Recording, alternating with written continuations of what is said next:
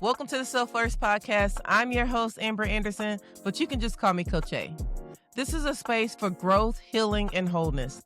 Learning to love others, but not losing yourself. Listen, thank you guys so much for coming back week after week, Wednesday after Wednesday, for new episodes of the Self-First Podcast. I am truly trying to grow this space with consistency, with intentionality, and with information. So as you continue to come, know that I'm growing, knowing that that's the goal, is to grow. And this episode is just another opportunity to push self-first. So in my first 3 episodes, I had a episode 0, which was a mini episode, just allowing you all to understand the vision behind Self-First and get to know me as Amber, as the coach. But also in episode 1, we got real quick. I had my ex-partner, Jaleesa, on that episode, and we talked about our relationship and our separation, our divorce. And that episode was titled The Separation That Led Me Back to Me. So if you hadn't had a chance yet, check out episode 1. It's a really good episode. It's not just for those who has been through breakups. I really think anybody could get something out of that episode.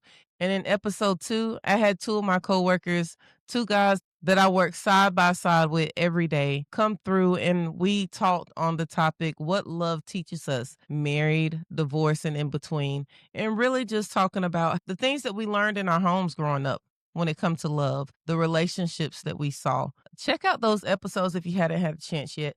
Today's episode, you got just me. So if you've enjoyed the guest today, I hope you can get down with just me. In this episode, I want to wrap both conversations up some and just really talk about how we lose ourselves. So this episode is titled Not Losing You, Love Without Self-Abandonment. And I'm excited about this episode because as I look back on a lot of relationships in my life, as I look back in the spaces that I've been in, whether it is work or family in general, I've lost myself a few times. I've abandoned myself trying to people please or trying to present as a certain image. So my first question is, what are the quiet ways that we self-abandon, that you've self-abandoned when it comes to in love, in work, and in the spaces that you interact in every day? Whether it's in our home, with our children, with our spouse,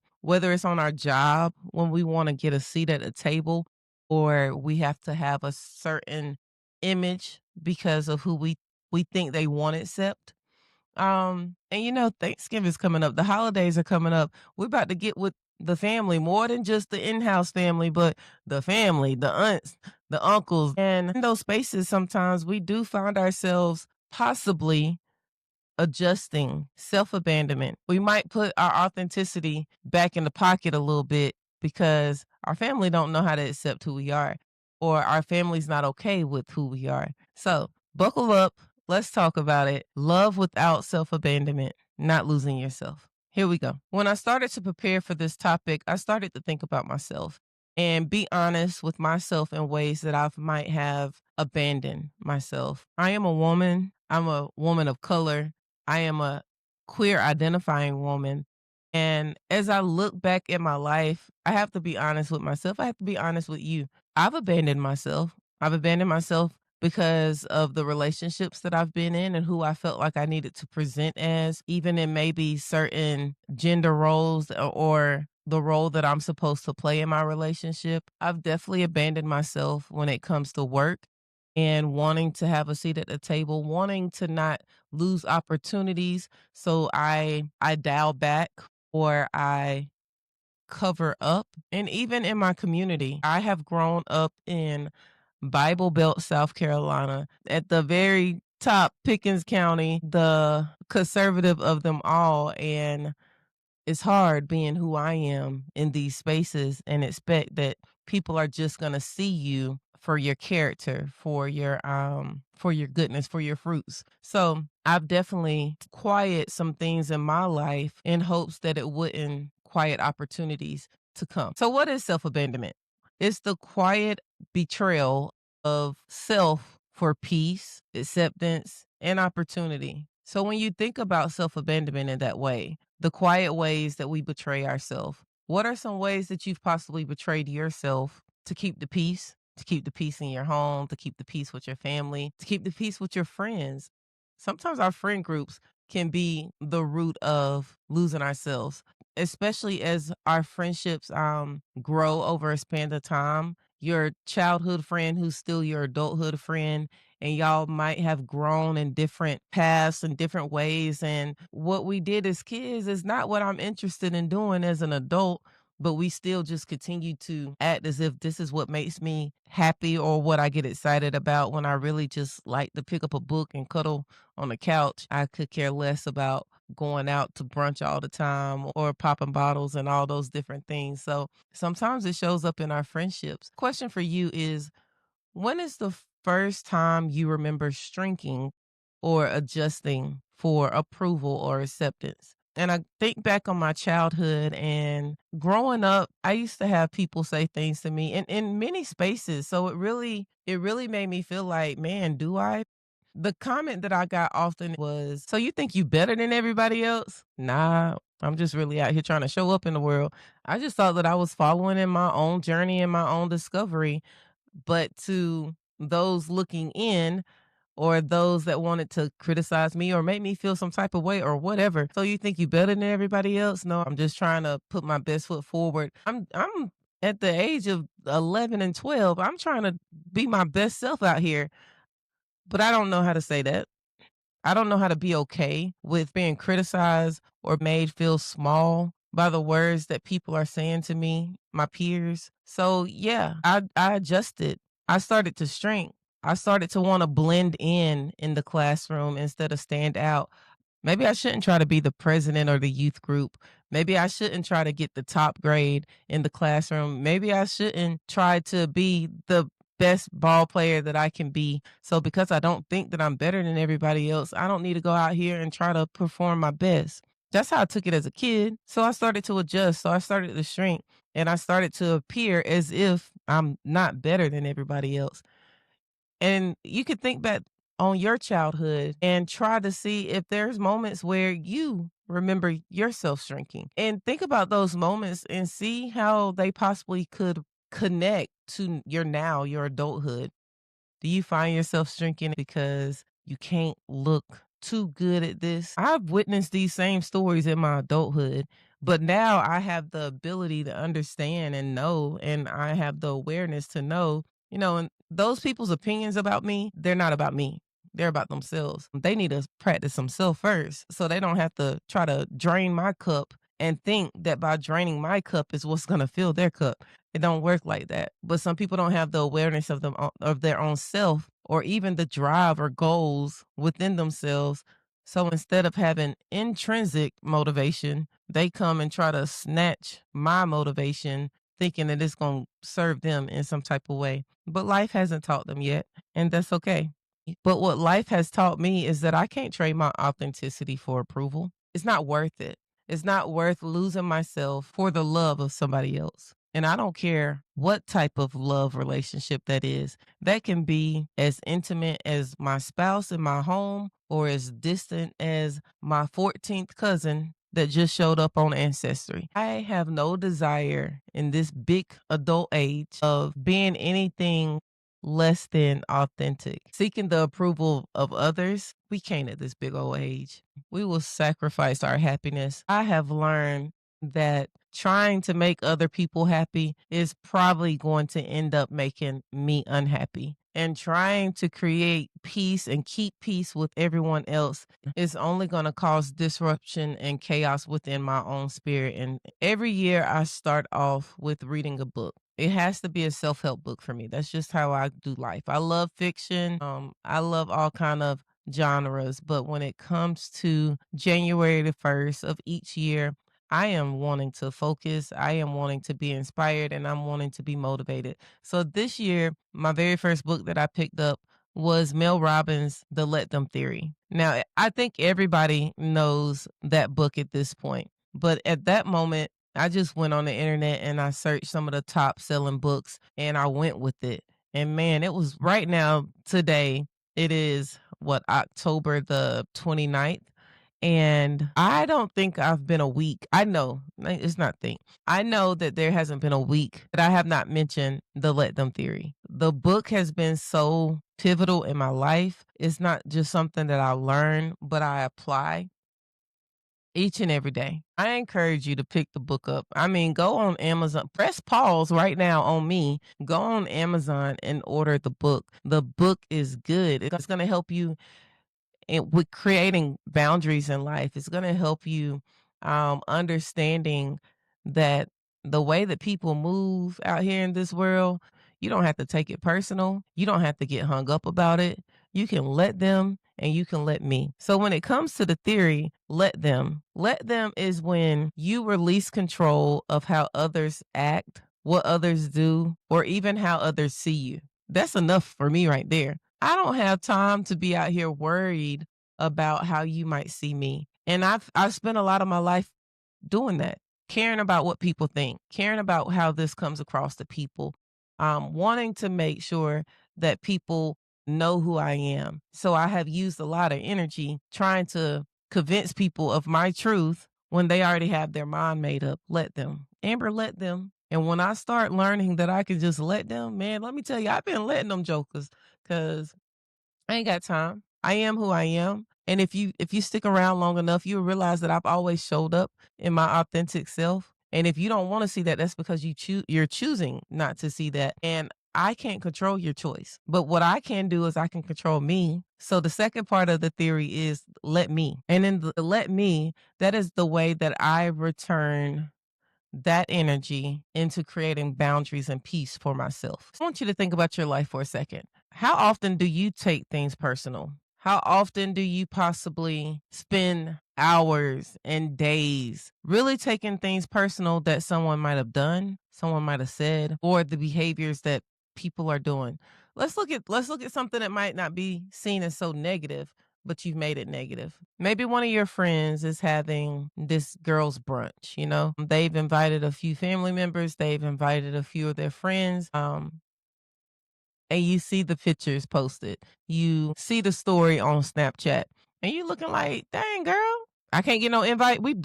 I want you to not act like you haven't done that before. I want you to not act like you haven't messaged someone, picked up the phone and text someone and be like, dang, I couldn't get an invite. Like, what's up with that?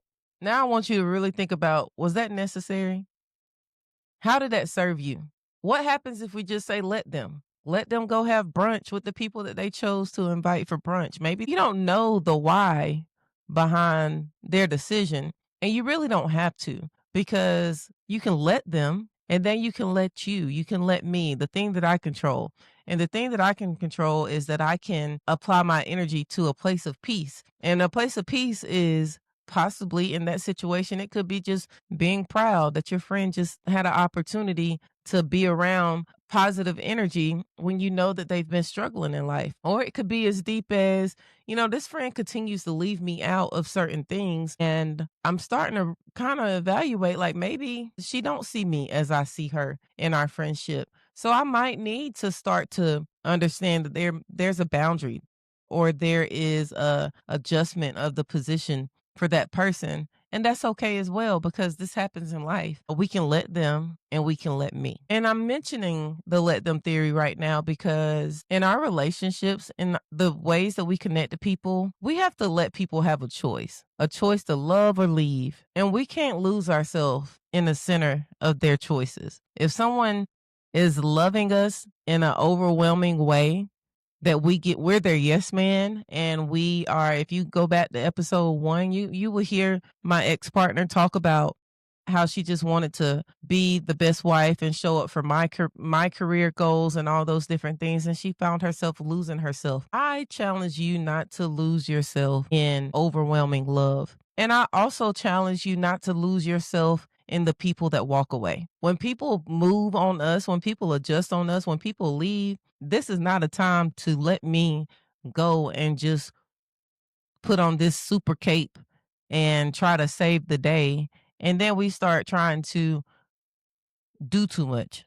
And in the doing too much, you're not authentic. And in the doing too much, you are betraying yourself, because This is not how I need to be showing up out here in the world at this big old age, trying to people please, trying to be accepted, trying to show something that's worth accepting. And it's just not who I am. It's okay to let people love you, and it's okay to let people leave you.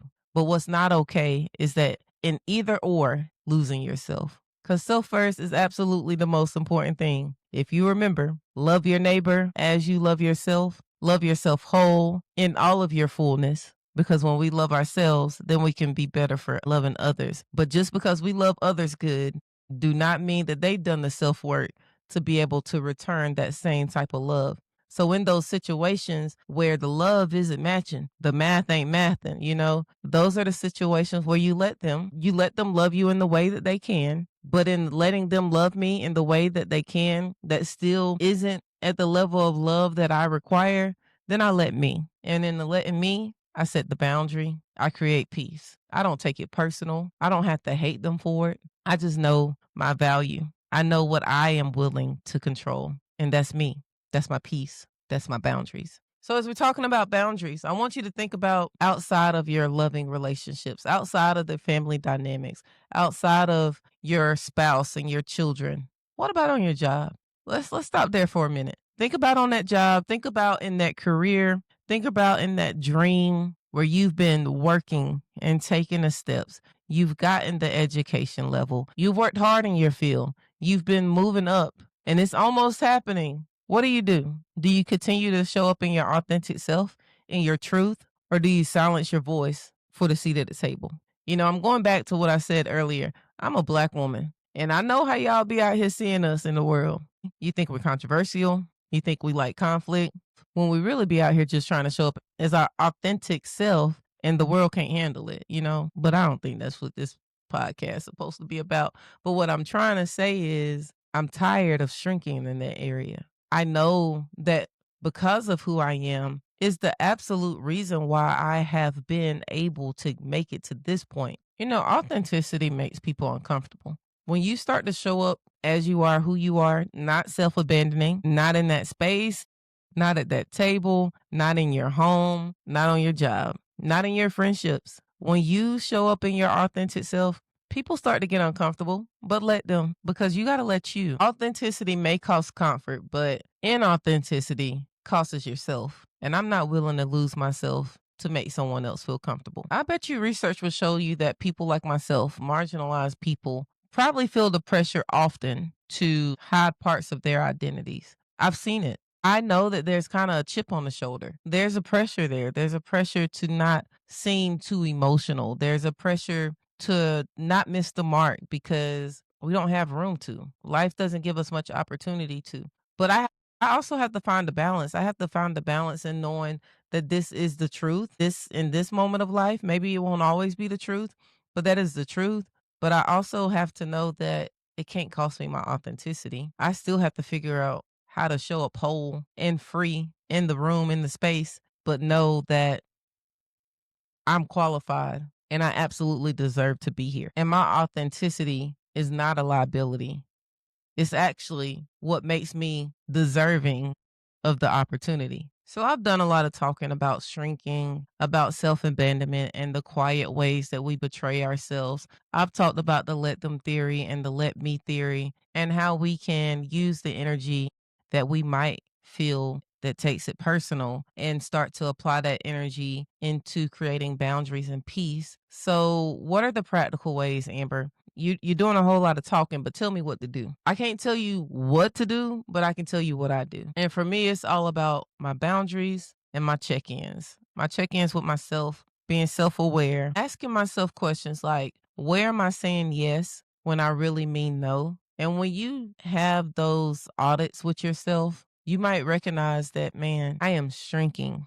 I am abandoning myself. I am betraying the boundaries that I set. I am moving my boundary for the sake of loving this person, for the sake of not disappointing my spouse, for the sake of my kids not being upset with me, for the sake of the job and the career path that I want to take, for the sake of the friendship and just not wanting to let my friends down. I encourage you to start to have those daily check ins with yourself, those audits with yourself. Where am I saying yes when I really mean no? And as you have those self-awareness moments, then you start to consider the let them and let me. And you start to say no when you need to say no. And you let them respond how they desire to respond. And then you let you. You understand that you set a boundary. You understand that your no means no, and that's a complete sentence. And now I have peace. And I don't have to take personal how they respond to me in that moment because I did what I needed to do for me. And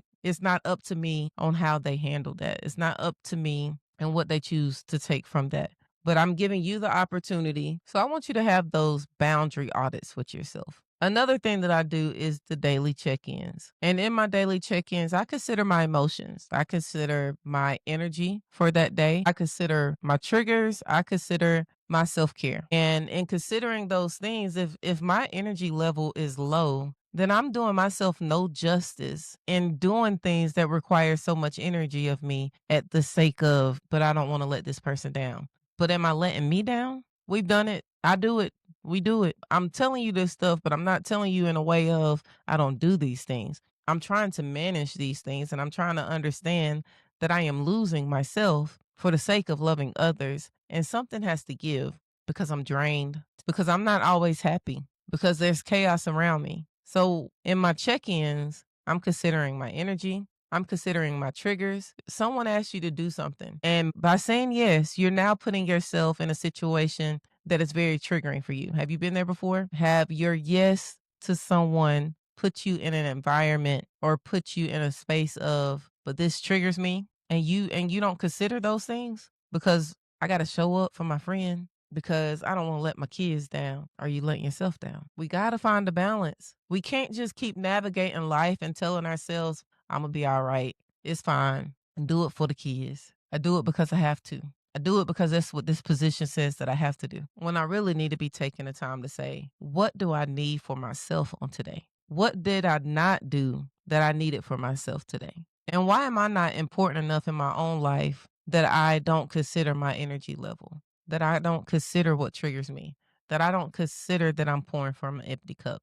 You have to fill your cup first. And you do so by doing your daily check-ins, by doing your daily boundary check. Because I'm convinced that there truly is a life where I can hold space for others that doesn't require me to lose myself every time. I just got to find it. I just got to figure it out. So that's what I got, folks. Listen, I want you to really think about those things on this week. Are you losing yourself trying to love others? Where are the small betrayals in your life where you're losing peace, where you're losing your authenticity for the sake of showing up for others? Where are you shrinking in life to show up in certain spaces? Is it worth it at the end of the day? Does it feel worth it? Are you happy? Do you have joy? On this week, I challenge you to log your feelings around certain things. Do that daily check-in. Check in with your emotions. Tell yourself how things made you feel.